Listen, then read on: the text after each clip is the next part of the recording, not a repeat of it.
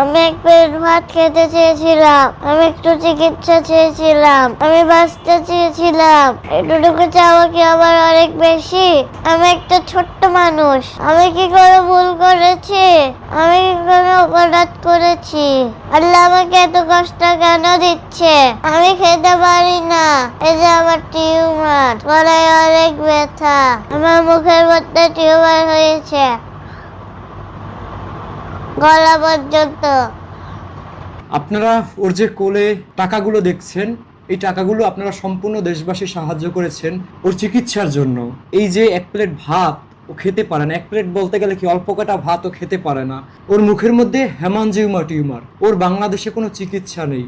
যখন ফেসবুকে আপনারা মানুষ, ইউটিউবের মানুষ, যখন দেশবাসী যখন ওর সম্পর্কে জানতে পেরেছেন, ওকেই 1 টাকা 2 টাকা করেও মানুষ সাহায্য করেছে।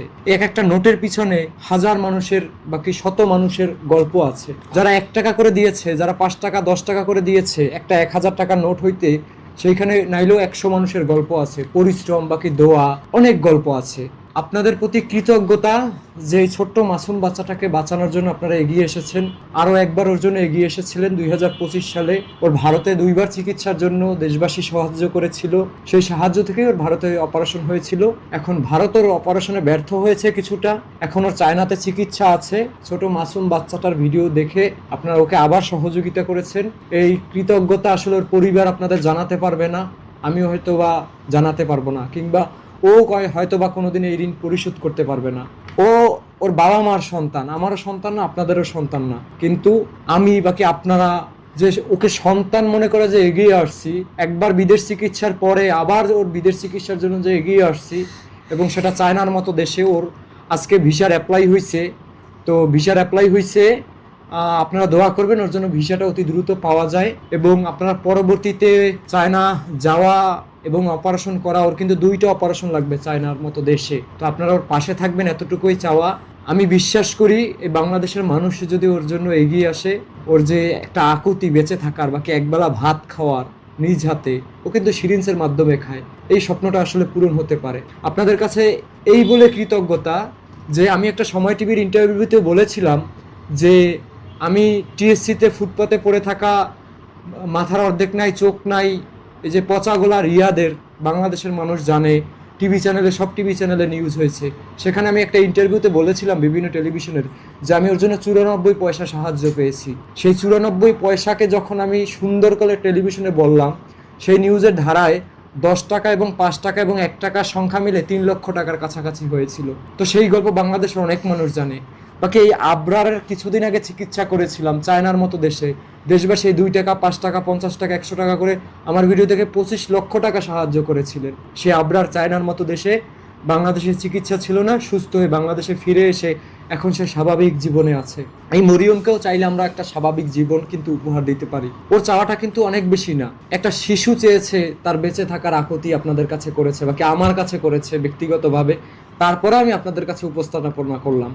তো আপনারা এগিয়ে আসছেন। একটা শিশুর এই চাওয়াটাকেও কিন্তু অনেক বেশি বড় চাওয়া না। একটা মানুষের মৌলিক অধিকারের মধ্যে চিকিৎসা সর্বপ্রথম আমি মনে করি, কারণ আমাদের খাবারের আগে আমাদের চিকিৎসা আমার কাছে মনে হয়। আমি যদি বাইচাই না থাকি চিকিৎসার অভাবে, আমি খাবার খাবো কিভাবে? এই যে বাচ্চাটা, এই যে মানে খাবার আছে, একটু সাদা ভাত সেটা খেতে পারে না, তো ওর খাবারের আগে ওর সুস্থ জীবন প্রয়োজন। এখন বাংলাদেশের মানুষ যতটুকু পেরেছে আলহামদুলিল্লাহ ওর জন্য করতেছে। আমরা দেশবাসী ছাড়া এবং উপর আল্লাহ ছাড়া ওর কিন্তু কোনো উপায় নেই, ওর বাবা মার সামর্থ্য নেই। আল্লাহ তাআলা হুকুম করেছে বিধায় ও এই টাকাগুলো কিন্তু সাহায্য পেয়েছে। এখানে যে টাকাগুলো আপনারা দেখতে পাচ্ছেন, ওর ওজনের কিন্তু সমান বলতে গেলে। ওর যে দেখেন, ওর বয়স প্রায় 8 বছর, ওর এখনো এই যে আমার একটা আঙুলের সমান কাছাকাছি ওর শরীর স্বাস্থ্য। ওর চাওয়াটুকু অনেক বেশি না, আমি বলবো ওর চাওয়াটুকু খুবই সামান্য। ওর কাছে স্বপ্ন, প্রত্যেকটা মানুষই আসলে বাঁচতে চায়, আমিও বাঁচতে চাই, আপনিও বাঁচতে চান, সবাই আসলে একটা স্বাভাবিক জীবন চায়, সুস্থ জীবন চায়। এই ওকে একটা ছোট্ট জীবন আমরা চাইলে উপহার দিতে পারি। তাই আমি বলবো, সকলের কাছে অনুরোধ করব, আপনারা সকলে ওর জন্য একটু এগিয়ে আসবেন, ওর জন্য একটু সাহায্যের হাত বাড়িয়ে দেবেন। ও যেন সুস্থ হয়ে বাংলাদেশের সন্তান বাংলাদেশে ফিরে আসতে পারে, কারণ ওর চায়নার ভিসার অ্যাপ্লাই হয়েছে।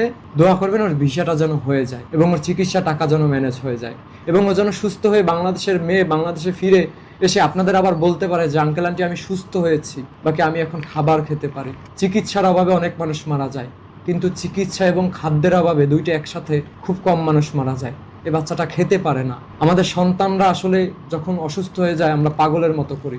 আর একটা ওর বাবা মার কাছে কি মনে হয় চিন্তা করেন, একেও তো ও অসুস্থ, তার উপরে আবার খেতে পারে না। এই বাবা মার পেটেও তো একটু ভাত যায় না, আমার যতটুকু মনে হয়। আমার যদি সন্তান থাকতো সেম সিচুয়েশন আমিও পার করতাম। তো আপনাদের সকলের কাছে অনুরোধ করবো আপনারা একটু এগিয়ে আসেন।